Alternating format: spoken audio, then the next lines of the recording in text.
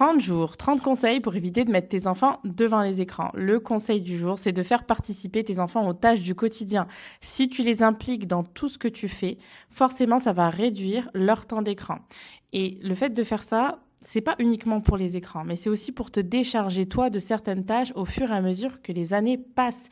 Car oui, si tu apprends à faire certaines tâches à tes enfants dès le plus jeune âge, il y a un moment donné où ils seront complètement autonomes et qu'ils pourront le faire tout seuls. Moi, j'ai déjà commencé, mon plus grand a 5 ans et demi, et pour autant, je ne plie plus et je ne range plus son linge. Il le fait lui-même et il plie très bien.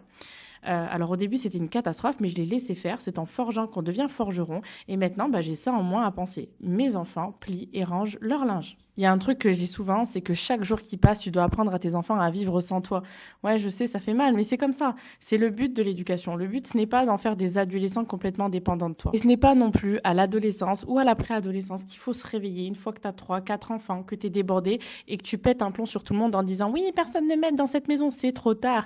Il fallait instaurer ça bien avant. Là, ça risque d'être compliqué ensuite à mettre en place. C'est pas impossible, mais c'est compliqué. Alors que si tes enfants ont toujours été habitués à participer aux tâches du quotidien, arriver à l'adolescence, ce sera pas nouveau en fait. Donc ce conseil, il est pour t'éviter les écrans, mais pas que en fait. Ça va t'aider même dans ton quotidien et c'est valable pour tous les conseils que je te donne.